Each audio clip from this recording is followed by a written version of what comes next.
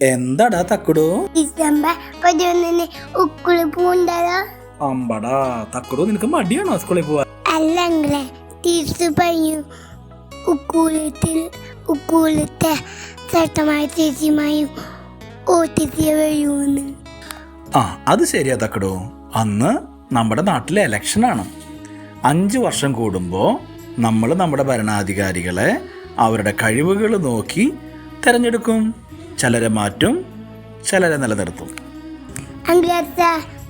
എനിക്ക് വോട്ട് ചെയ്യാൻ പറ്റൂ? തക്കുടുവിന് ഇപ്പൊ 4 വയസ്സല്ലേ ആയിട്ടുള്ളൂ.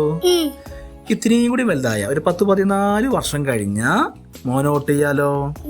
പക്ഷേ മോന് സ്ഥാനാർത്ഥിയാകാൻ പ്രായോ കഴിവോ കുടുംബ മഹിമയോ ഒന്നും നോക്കണ്ട. ആരുടെ സ്ഥാനാർത്ഥിയാന്നറിയോ? ഈശോയുടെ സ്ഥാനാർത്ഥിയാകാൻ.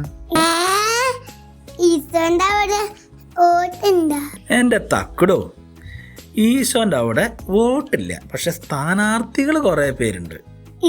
എന്ന് പറഞ്ഞാൽ നിങ്ങൾ എന്നെ തെരഞ്ഞെടുക്കുകയല്ല, ഞാൻ നിങ്ങളെ തെരഞ്ഞെടുക്കാണെന്ന് ഈശോ പറഞ്ഞത് മോൻ കേട്ടിട്ടില്ലേ? പിന്നെ ഈ ലോകത്തിലെ തെരഞ്ഞെടുപ്പാണെങ്കിൽ 5 വർഷം കഴിഞ്ഞാൽ ചിലപ്പോൾ മാറേണ്ടി വരും. പക്ഷെ ഈശോ തെരഞ്ഞെടുത്ത് കഴിഞ്ഞാണ്ടല്ലോ ഒരിക്കലും മാറണ്ട. അതുകൊണ്ടല്ലേ വചനം പറയണത് ദൈവത്തിന്റെ വിളിയും ദാനവും ഒരിക്കലും പിൻവലിക്കാൻ പെടാൻ പറ്റില്ല എന്ന്.